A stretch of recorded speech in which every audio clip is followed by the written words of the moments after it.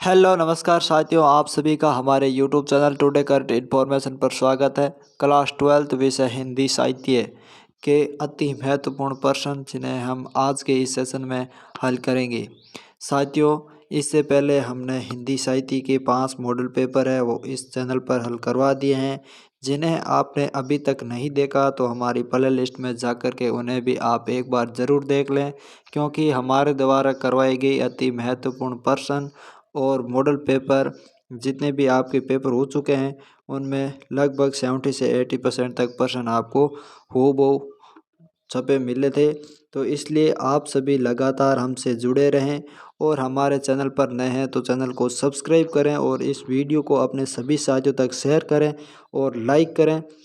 तो साथियों, आज हम इस वीडियो में जानेंगे आपका पाठ एक अध्याय कथाएं असगर वजाहत, जिसके अति महत्वपूर्ण प्रश्न हैं जिनके बारे में जानने वाले हैं। तो साथियों, चलते हैं आज के इस सेशन की शुरुआत करते हैं और हमारा पहला प्रश्न है लघु कथा शेर में शेर किसका प्रतीक है। शेर एक ऐसी व्यवस्था का प्रतीक है जो प्रलोभन एवं हिंसा के बल पर पूरे जंगल समाज में व्याप्त हैं। दूसरा सवाल है लघु कथा शेर में शेर को किसका समर्थक बताया गया। तो शेर अहिंसा और सह अस्तित्ववाद का समर्थक है। अगला आपका सवाल है साझा कहानी का प्रतीकार्थ क्या है। ये इम्पोर्टेंट सवाल है। साझा कहानी का प्रतीकार्थ पूंजीपतियों की नज़र उद्योगों पर एकाधिकार करने के बाद किसानों की जमीन पर है। यह साझा कहानी का प्रतीकार्थ है। अगला चौथा सवाल है मिल मालिक ने दोगुना उत्पादन करने के लिए क्या किया। तो मिल मालिक ने दोगुना उत्पादन करने के लिए मजदूरी आधी कर दी और दोगुने मजदूर रख लिए। अगला पांचवा सवाल है गधे ने शेर के मुंह में जाने का क्या कारण बताया। तो गधे ने बताया कि शेर के मुंह में घास का मैदान है और वहां मुझे घास मिलती रहेगी। अगला छठा सवाल है असगर वजाहत के दो नाटकों के नाम लिखिए। तो असगर वजाहत के दो नाटकों के नाम इन्ना की आवाज़ और फिरंगी लौटाए।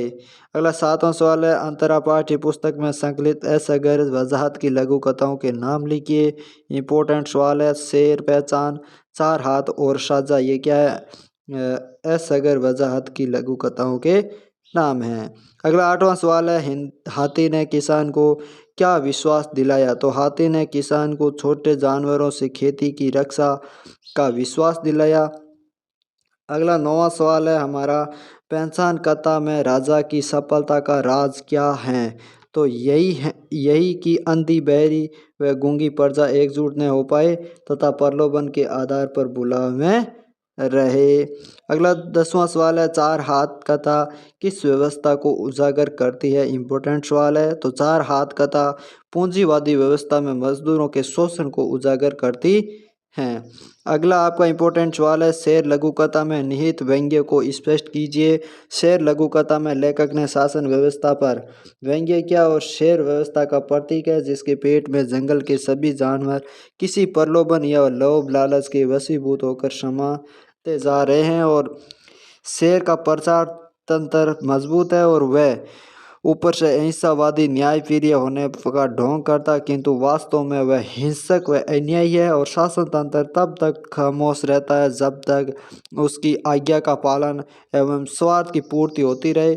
जब लेखक शेर के मुंह में न जाने का संकल्प करता है तभी शेर दहाड़ने लगता है और इसके द्वारा लेखक ये व्यक्त करता कि सत्ता तभी तक चुप रहती है जब तक कोई उसकी व्यवस्था पर उंगली न उठाए, किंतु जब कोई उसकी आज्ञा मानने से इनकार करता है तब वह भयानक रूप धारण कर विरोधी शौरों को कुचलने का भरपूर प्रयास करती है। अगला आपका सवाल है 12वां साझा लघु कथा में लेखक ने किसानों की बदहालत स्थिति पर प्रकाश डाला है, स्पष्ट कीजिए। इंपॉर्टेंट सवाल है लेखक ने साझा लघु कथा के माध्यम से आज़ादी के बाद के किसानों की बदहाली एवं उसके किस कारणों पर प्रकाश डाला और आज़ादी के बाद में से ही उद्योगों पर कब्जा जमाने के तत्पश्चात पूंजीपतियों की नज़र किसानों की जमीन पर और उन पर होने वाले उत्पादन की पर जमी थी। प्रभुत्वशाली वर्ग की कूटनीति द्वारा किसान को साझा खेती करने का झांसा देता जिसमें मेहनत और लाभ साझा होने की बात करता है। लेकिन जब लाभ लेने का अवसर आता है तब वह धनाढ्य वर्ग पूरी तरह फसल हड़प लेता और साझा करता में हाथी उन्हीं प्रभुत्वशाली पूंजीपतियों का प्रतीक है जो साझा नीति पर अमल करते हुए सारी फसल खुद निगल जाता है और किसान अपनी बेबसी व लालची पर आंसू बहाता है। अगला 13वां सवाल है, लेखक जंगल में क्यों गया और वहां जाकर उसने क्या देखा। तो लेखक कहता है कि अचानक उसके सींग निकल आए और वह डर गया कि कसाई उसे जानवर समझकर काट डालेंगे और अतः वह उनसे डरकर जंगल की ओर भागा। जंगल में उसे एक पेड़ के नीचे शेर बैठा दिखाई दिया और वहां जिसका मुख खुला हुआ था और लेखक शेर के से डरकर झाड़ियों की ओट में चीख कर बैठ गया और उसने वहां से देखा कि जंगल के जानवर पंक्तिबद्ध होकर शेर के मुंह में चले जा रहे हैं और उसने शेर ने चबाए बिना निगलता जा रहा है। इन जानवरों में लोमड़ी, कुत्ते, गद्दे, उल्लू सब थे। जब उसने इन जानवरों से ये पूछा कि आप लोग शेर के मुंह में क्यों जा रहे हैं, तो किसी ने उससे बताया कि शेर के मुख में हरी घास का मैदान है, तो किसी ने कहा वहाँ स्वर्ग, तो किसी ने उत्तर दिया कि वहाँ रोजगार का दफ्तर है।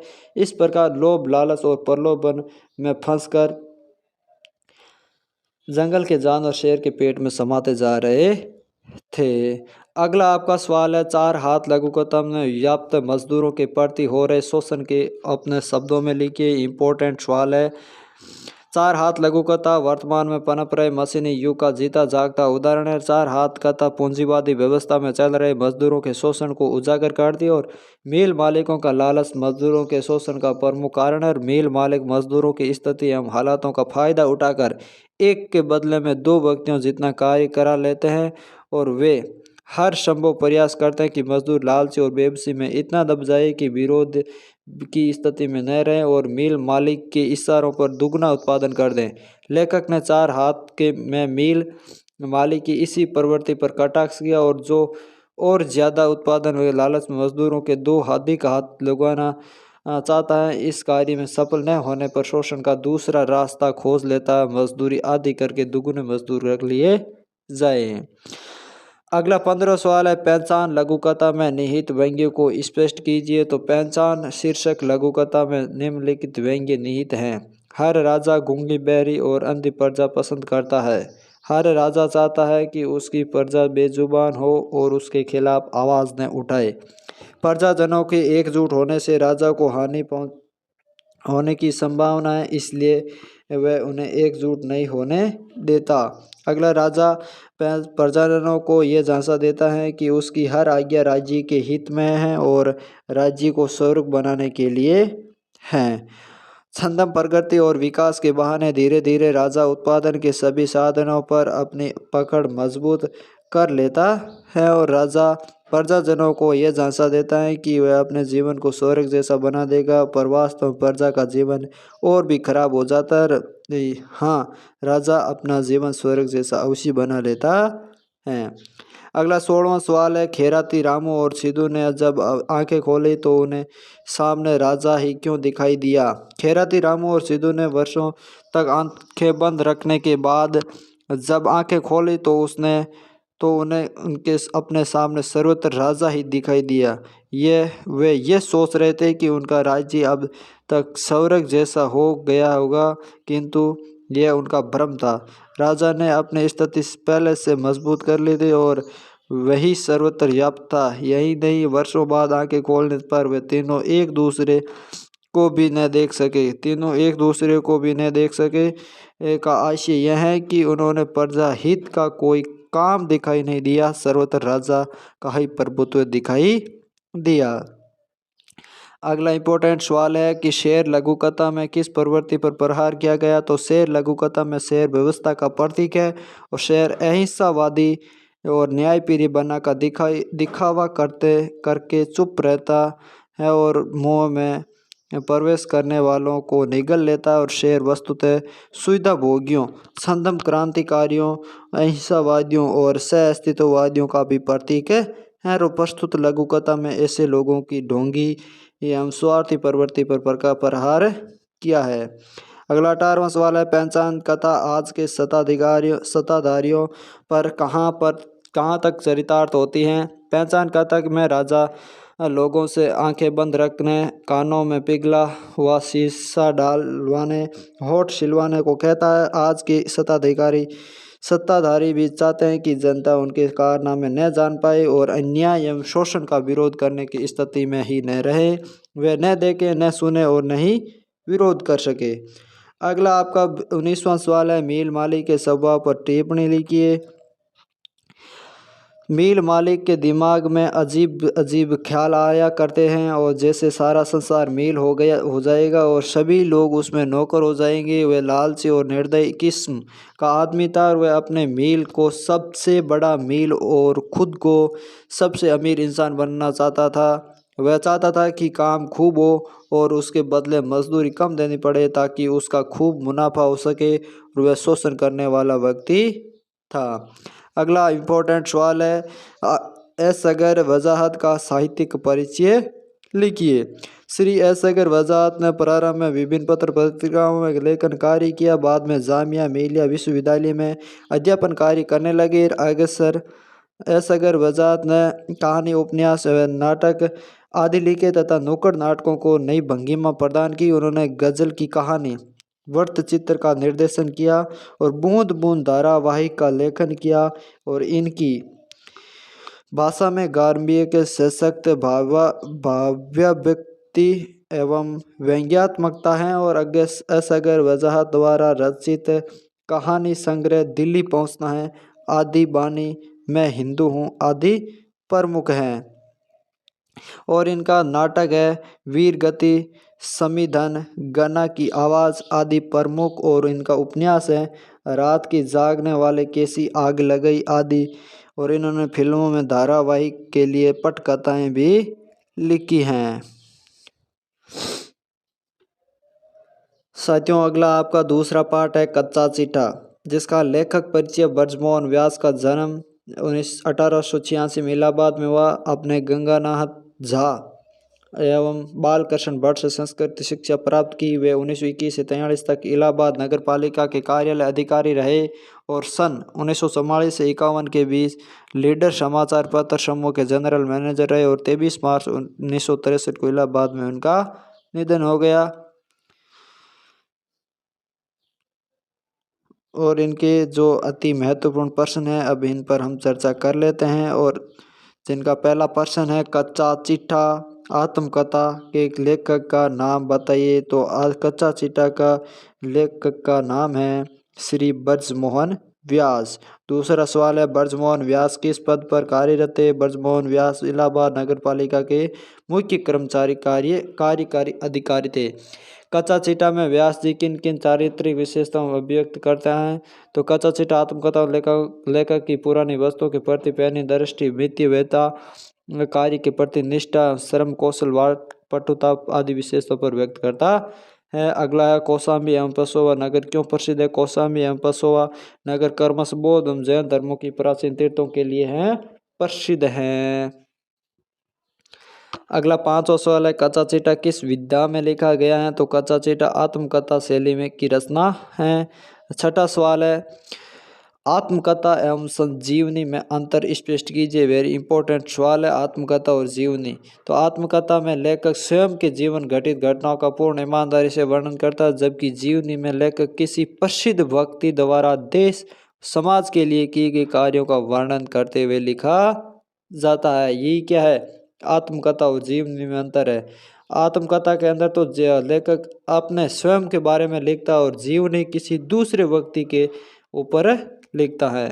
7वां सवाल है, ब्रजमोहन व्यास ने किन महापुरुषों की जीवनी की रचना की। तो श्री ब्रज व्यास ने लेखक बालकृष्ण भट्ट एवं पंडित मदन मोहन मालवीय की जीवनी का लेखन किया।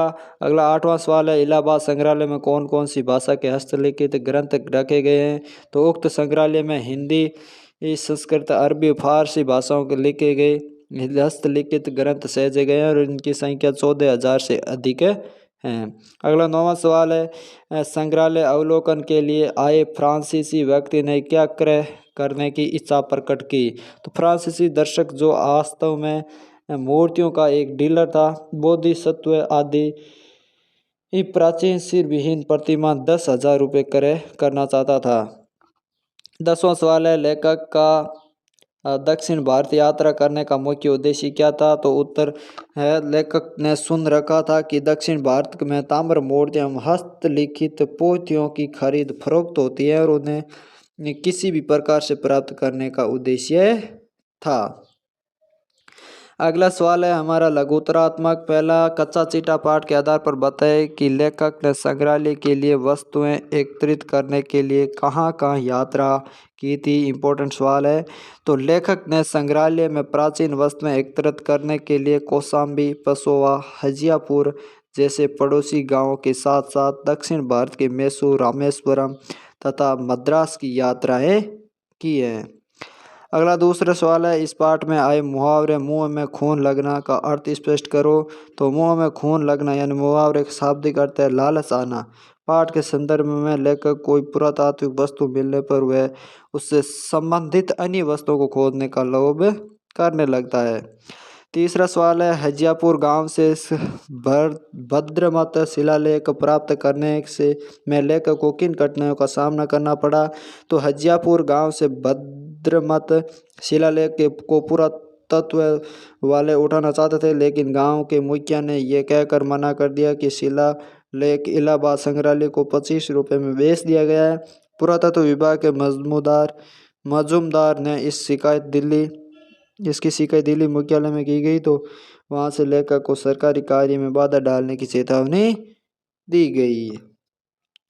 अगला चौथा सवाल है, जमींदार गुलजार के कुएं से लेखक ने कौन सी पुरातात्विक वस्तु प्राप्त की। तो जमींदार गुलजार मियाँ के सलीजे कुएं के लेख ब्राह्मी लिपि में लिखा गया लेख दिखाई दिया और लेखक के निवेदन से जमींदार ने अपने कुएं की बंडेर से निकाल कर दे दिया। अगला पांचवा सवाल है, मैं तो निमित्त मात्र था, अरुण के पीछे सूर्य था। ब्रजमोहन व्यास के कथन का आशय स्पष्ट करें और इससे कौन सी चारित्रिक विशेषताएं प्रकट होती है। इंपॉर्टेंट सवाल है। उत्तर है कि प्रयाग इलाहाबाद संग्रहालय पुरातत्व की वस्तुओं को एकत्रित करने एवं उन्हें संरक्षित करने में व्यास जी ने बहुत परिश्रम किया, परंतु इस कार्य का श्रेय स्वयं न देकर उन्होंने अपने इससे प्रभु की कृपा का परिणाम बताया और उन्होंने स्वयं को अरुण अर्थात सूर्य का सारथी बताया एवं इसके पीछे का सूर्य ईश्वर को बताया एवं ईश्वरीय प्रेरणा से ही वे कार्य कर सके। अगला छठा सवाल है, लेखक द्वारा मद्रास से ताम्र पत्र पर लिखी गई सामग्री कार्य करने में क्या अड़चन थी। तो मद्रास में ताम्र पत्र पर लिखी गई पुस्तकें नहीं खरीद सकने की अपनी विवशता वर्णित करते हुए कहा कि उनकी कीमत 250-300 रुपये से कम नहीं है। वह कीमत उनके बजट से बहुत अधिक थी। साथ ही वे तेलुगु व तमिल भाषा में लिखी गई थी। अगला आपका सातवां इम्पोर्टेंट सवाल है, वेरी इंपॉर्टेंट सवाल है, श्री ब्रजमोहन व्यास का साहित्यिक परिचय दीजिए। तो श्री ब्रजमोहन व्यास लंबे समय तक इलाहाबाद नगर पालिका में मुख्य कार्यकारी अधिकारी के रूप में सेवाएं दी और इसी दौरान इन्होंने अपने सूझबूझ एवं वाक्पटुता द्वारा कई पुरातात्विक वस्तुओं को संग्रह किया। एक विशाल एवं प्रसिद्ध संग्रहालय की स्थापना की। इसी संग्रहालय में हिंदी, संस्कृत एवं अरबी फारसी को शब्द जर पांडुलिपियों का संग्रह प्रमुख हैं और इन्होंने अपने सारदान और जीवन पुरातात्विक वस्तुओं को संग्रहण में लगाकर अपने श्रम कौशल एवं कार्य के प्रति निष्ठा का परिचय दिया। व्यास जी ने कुमार दास कृत जानकी हरण का अनुवाद किया तथा पंडित बालकृष्ण भट्ट एवं मदन मोहन मालवीय को जीवनी लेखन का कार्य भी किया। तो साथियों, ये थे आपके जो पाठ कच्चा चिट्ठा और लघु कथाएं, इनके जितने भी अति महत्वपूर्ण प्रश्न थे इनके ऊपर हमने आज चर्चा की हैं। जितने भी पाठ आपके पीछे रह रहे हैं उनकी अगले वीडियो में हम चर्चा करेंगे। तो साथियों, हमारे इस YouTube चैनल को सब्सक्राइब करें और इस वीडियो को लाइक करें और एक बार पुनः इस वीडियो को अपने सभी साथियों तक शेयर करें ताकि वो भी इन महत्वपूर्ण प्रश्नों को जान सकें। तो साथियों, इस वीडियो में इतना ही। मिलते हैं अगले नए सेशन के साथ। तब तक के लिए धन्यवाद। जय हिंद, जय भारत।